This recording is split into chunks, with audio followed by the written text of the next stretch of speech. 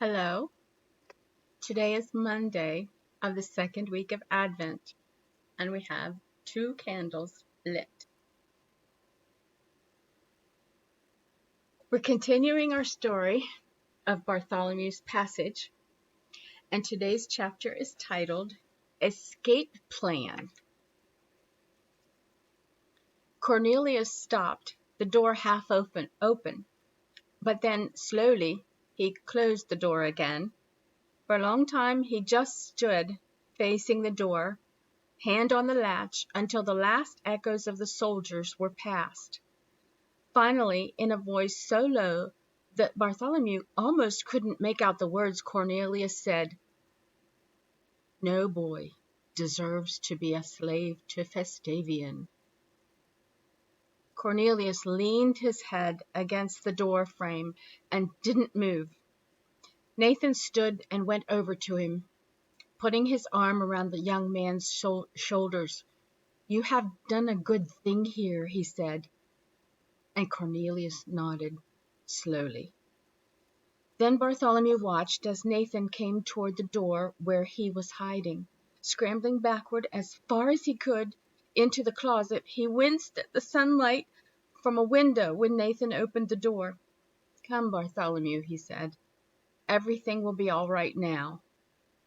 Bartholomew hesitated briefly and then climbed slowly out of the closet. Nathan took him by the shoulder and led him over to Cornelius.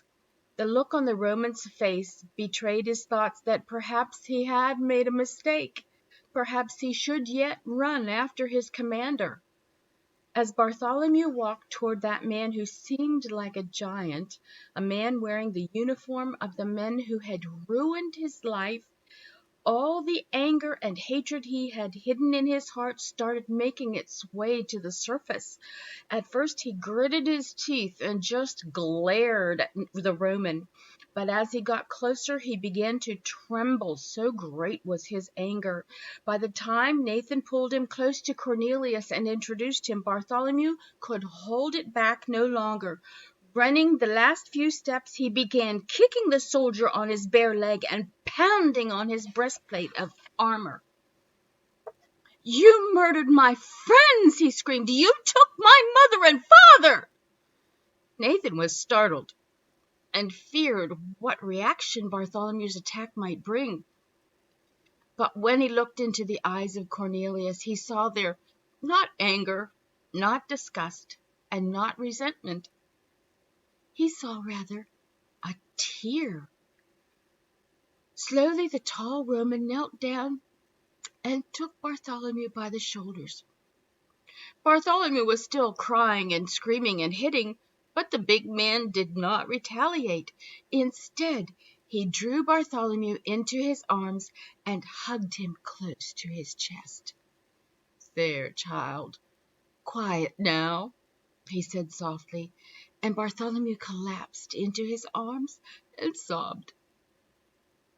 "I am truly sorry for your loss, Bartholomew," the soldier said.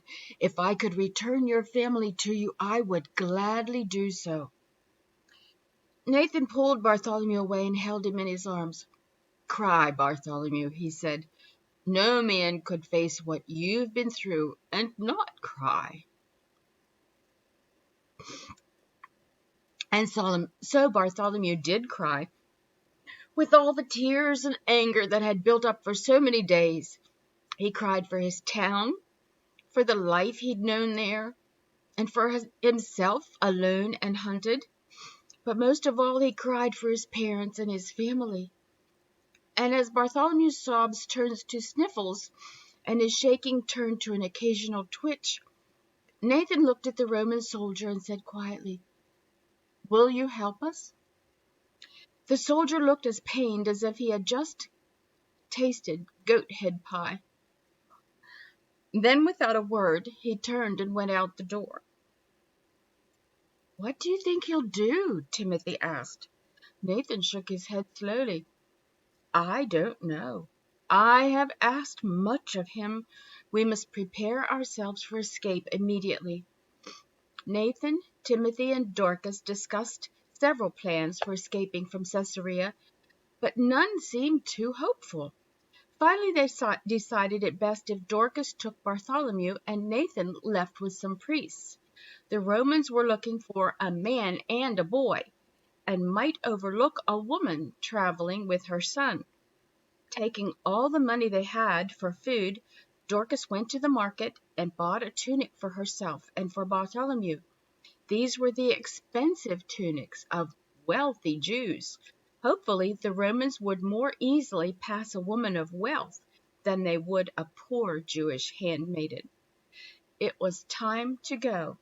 Nathan was dressed in his full priest's outfit, and Bartholomew in his new tunic of fine stitchery and laced edges. But though their plan was as ready as it could be, no one moved toward the door.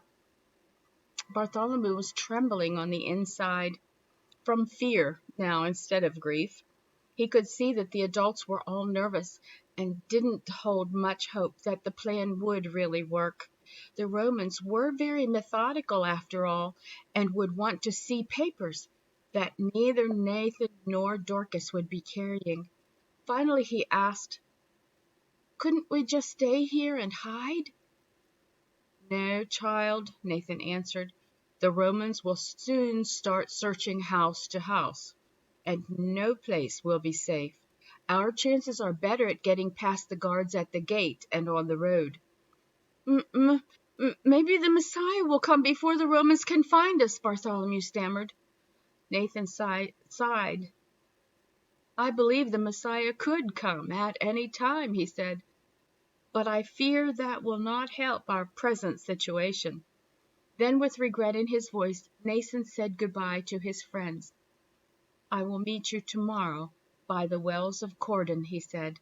He put his hand on Bartholomew's shoulder and added, "If I do not meet you, go to my home at Qumran and tell them I sent you." "We will see that the boy gets there," Dorcas said, and Bartholomew thought it all sounded much too frightening. He had lost everything, and now had finally made a friend, and he was about to lose him as well. "Please don't leave me," Bartholomew cried, wrapping his arms around Nathan. Let me show you, there's a picture here of Nathan and Bartholomew, a sketch. There are not very many sketches in the book, in the story. That's Nathan and Bartholomew.